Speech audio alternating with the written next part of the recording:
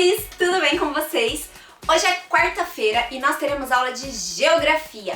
A prof também vai dar aula de português pra vocês, mas não vai ter vídeo em português. A gente vai fazer as atividades no Zoom, combinado? Vocês já sabem que antes de começar a aula, vocês têm que fazer a leitura do texto da aula de hoje. Então, pegue o seu livro de geografia e abra nas páginas 18 e 19 para vocês fazerem a leitura.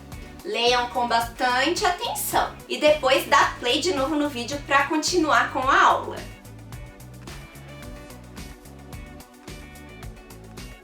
E aí, já leram? Agora que você já leu o texto, vamos revisar o que a gente viu nas aulas anteriores. Nós vimos que a agricultura é a atividade de cultivar o solo, isso para a produção de alimentos e matérias-primas. Então o agricultor vai lá, prepara o solo, planta, rega, espera crescer, colhe. A gente viu as etapas da agricultura, a gente viu que a agricultura depende de condições favoráveis para a plantinha crescer, alegre, feliz e contente. E essa é uma das atividades que acontece na área rural. Outra atividade que acontece na área rural é a pecuária, que é a atividade de criação de animais. A criação de animais serve para obter alimentos, matérias-primas ou então como meio de transporte.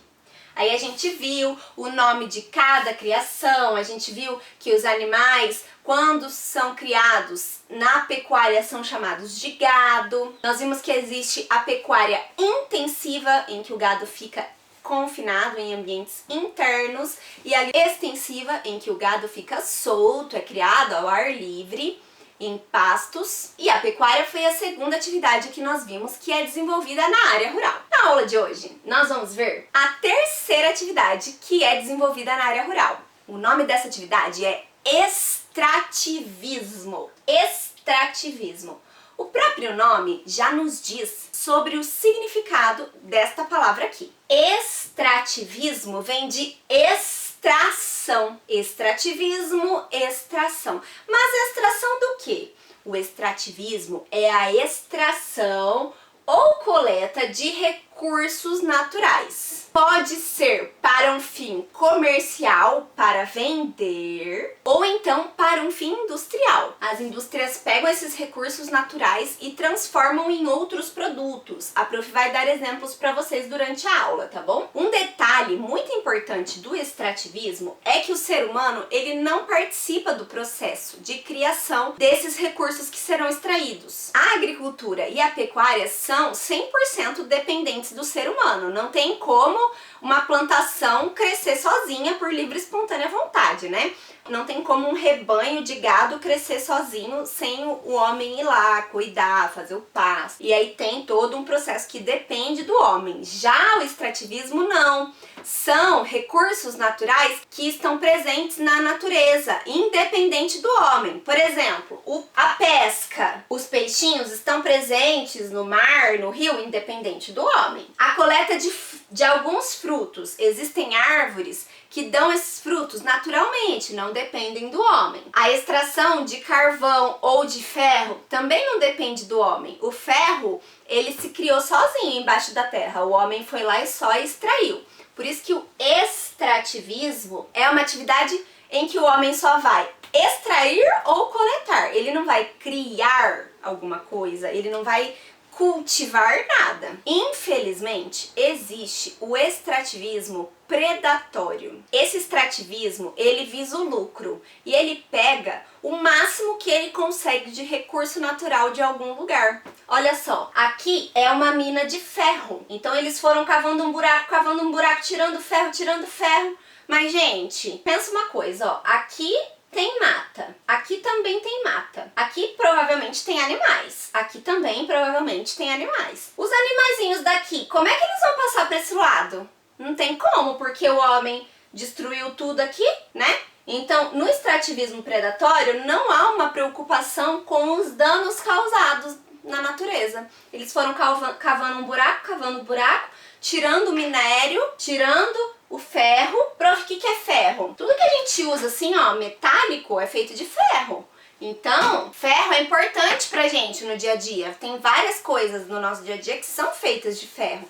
mas tem que ser um extrativismo consciente, não assim, desse jeito aqui, né? Ó, nesse caso aqui, desmataram tudo, aí pegaram e botaram fogo ainda pra ajudar, né? Então, não tem nenhuma preocupação com o meio ambiente, com os animais. Ó, que dó dos animais. Agora só dá pra morar daqui pra lá. Daqui já não dá, não vai ter comida, não vai ter ser vivo. Então é muito triste quando acontece o extrativismo predatório. E o mais ruim é que normalmente ele acontece em grande escala. Ele não é assim, só tira um pouquinho. Não, ele causa um impacto porque ele é feito em grandes áreas. Eles tiram bastante quantidade de recurso natural da natureza e isso causa um dano, né, gente? Não tem como permanecer inalterado ali para os animais, até para o clima da região. E aí, o mais correto é fazer o extrativismo sustentável. O que é o extrativismo sustentável? Você vai retirar alguns recursos da natureza, sim, mas você vai utilizar formas de preservação do meio ambiente. Você não vai retirar sem se preocupar com o meio ambiente. Por exemplo, você vai pescar somente uma certa quantidade, somente o que você precisa. Você não vai visar muito lucro, é mais para sobrevivência. Você vai coletar os frutos e não vai derrubar as árvores. Você vai pegar o látex, que a prof vai explicar para vocês daqui a pouco o que é o látex da seringueira, e vai deixar a seringueira lá, você não vai derrubar a árvore. Então, essa é uma forma de extração, de coleta de recursos naturais que tem uma preocupação em preservar o meio ambiente. E também, no caso do extrativismo sustentável, eles não retiram grandes quantidades, é mais para sobrevivência dessas pessoas que dependem do extrativismo. Então essa retirada de recursos da natureza não causa um impacto, porque eles retiram pequenas quantidades para sobreviver mesmo. Agora a gente vai ver quais são os tipos de extrativismo que existem. Quais são os tipos de recursos naturais que o homem pode coletar ou extrair da natureza. O primeiro tipo é o extrativismo animal. É a retirada de animais do ambiente. Pode ser através da caça ou através da pesca. O mais feito é a pesca, gente, ó. Eles pescam, assim, bastante no mar, né, com essas redes grandes. Tem gente que pesca em menor quantidade, tá? Então, prof, aqui pode existir extrativismo predatório? Sim. Se você for no mar e pescar muita quantidade de peixes, sem tá nem aí, só pensar em vender esses peixes aqui, é um extrativismo predatório. Agora, se você pegar uma pequena quantidade só para sua sobrevivência ou para você vender um pouco e não for uma quantidade assim exorbitante que não vá causar um dano, um impacto na natureza, esse é um extrativismo sustentável, entenderam? O outro tipo de extrativismo que existe é o vegetal. Vegetal pode ser tanto a extração de madeira, por exemplo, a cadeira aqui, ó, que eu tô sentada, a mesa, né? O lápis que você escreve, tudo isso é feito de madeira. Mas pode sair cortando a madeira da floresta sem permissão? Não, existem lugares que podem extrair. Eles plantam as árvores propositalmente para essas árvores serem cortadas depois. Então, tudo tem que ser feito de uma forma consciente, não é? A gente não pode... Já fizeram muito, assim, sem pensar nas consequências, mas hoje em dia tudo tem lei, é tudo regulamentado e tem que fazer as coisas certinhas, né, gente? Também, outro tipo de extrativismo vegetal é a extração de frutos. Por exemplo, aqui é a retirada do açaí. Açaí só tem na Amazônia, tem as árvores, tem os açaizeiros que dão açaí, eles não derrubam o açaí, eles vão lá e pegam só o fruto. Aqui é algum outro fruto típico que só tem na Amazônia. Na Amazônia eles fazem bastante extrativismo vegetal na coleta de frutos e sementes. Eles pegam bastante também castanha do Pará, que é uma semente, né? Então são esses os exemplos de extrativismo vegetal. E por último, existe o extrativismo mineral, que é a extração de recursos minerais da natureza. O que são recursos minerais? São rochas, sabe assim, aquelas pedras que eles usam para fazer construção, areia, para fazer construção também, sal é um recurso mineral, o minério de ferro, que eu já expliquei, né, que tem embaixo da terra, o ferro que a gente usa para fazer cadeira, fazer partes de carros. Ouro também é um mineral, ó, aqui é uma mina de ouro, eles estão extraindo o ouro, que está embaixo da terra também. Então eles vão cavando, cavando, cavando até que acham algum mineral embaixo da terra. Tem outros minerais que não estão embaixo da terra, tipo areia e sal, não está embaixo da terra. Ok? Entenderam? Então a gente viu os 3 tipos de extrativismo: o animal, o vegetal e o mineral. Não tem segredo, né, gente? O próprio nome já diz. Existem lugares onde o extrativismo é permitido. Esses lugares se chamam reservas extrativistas. São lugares onde povos, como os indígenas, ou comunidades podem desenvolver atividades de extrativismo. Essas pessoas que já moram na área rural, como os indígenas, naturalmente eles já fazem extrativismo, porque é para a sobrevivência deles, certo? Então essas reservas extrativistas são lugares protegidos pelo governo em que é permitido retirar os recursos da natureza, e eles cuidam muito da natureza, eles não gostam que desmatam, eles pegam só o suficiente para eles. Então é bem legal a criação dessas reservas extrativistas. E o que são povos e comunidades tradicionais, que a prof falou? São os grupos que se organizam de maneira própria. Então eles vivem em áreas mais afastadas, eles têm os seus próprios costumes e normalmente os seus costumes estão relacionados com a natureza, com a caça, com a pesca, com a coleta de frutos, e tudo isso são atividades extrativistas. Vou dar para vocês alguns exemplos de povos e comunidades tradicionais. Os povos indígenas é um exemplo de povo, então normalmente onde eles moram são reservas extrativistas, eles podem extrair os recursos naturais.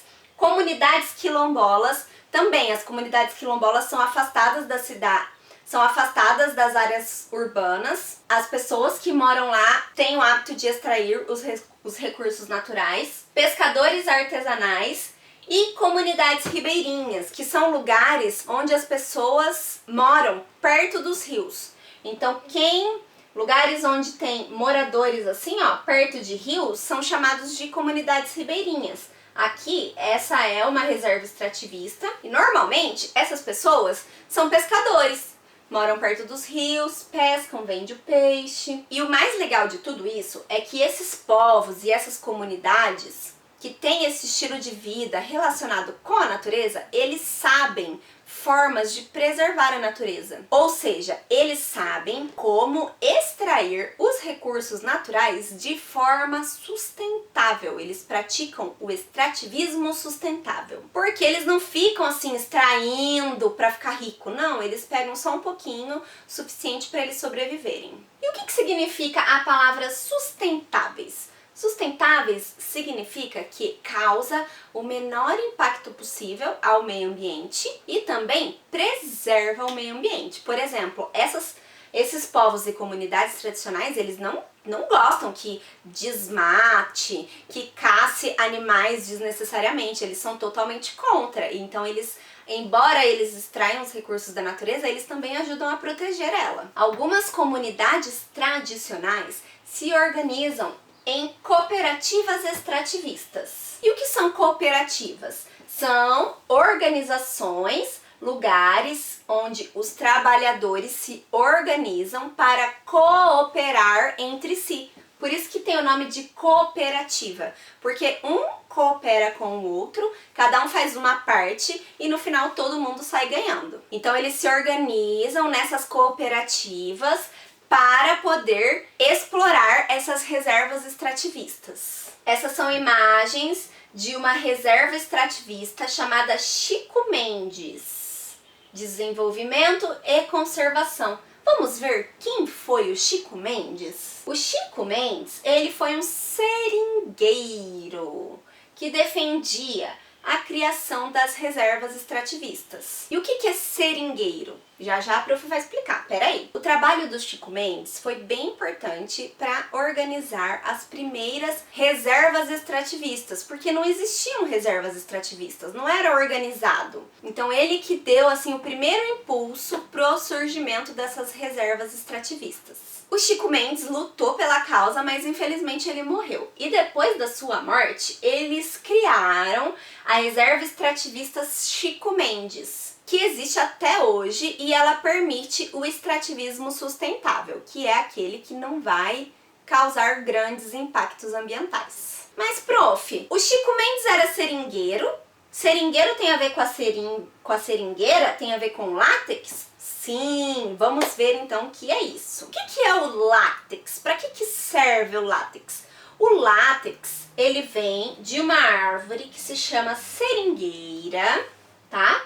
É uma árvore que tem na floresta amazônica. De dentro da seringueira, a seiva da seringueira é o látex. Esse látex, ele é utilizado na fabricação de borracha. Não causa mal nenhum, tá? Parece assim que a árvore tá toda machucada, né? Mas não faz mal pra árvore tirar o látex. E os seringueiros, quem são os seringueiros? Como o Chico Mendes? São as pessoas que ficam lá extraindo o látex. Tem que ir lá, cortar a árvore, colocar o copinho. A hora que o copinho enche, tem que tirar, né, o copinho. E o mais legal é que a extração de látex faz parte do extrativismo sustentável.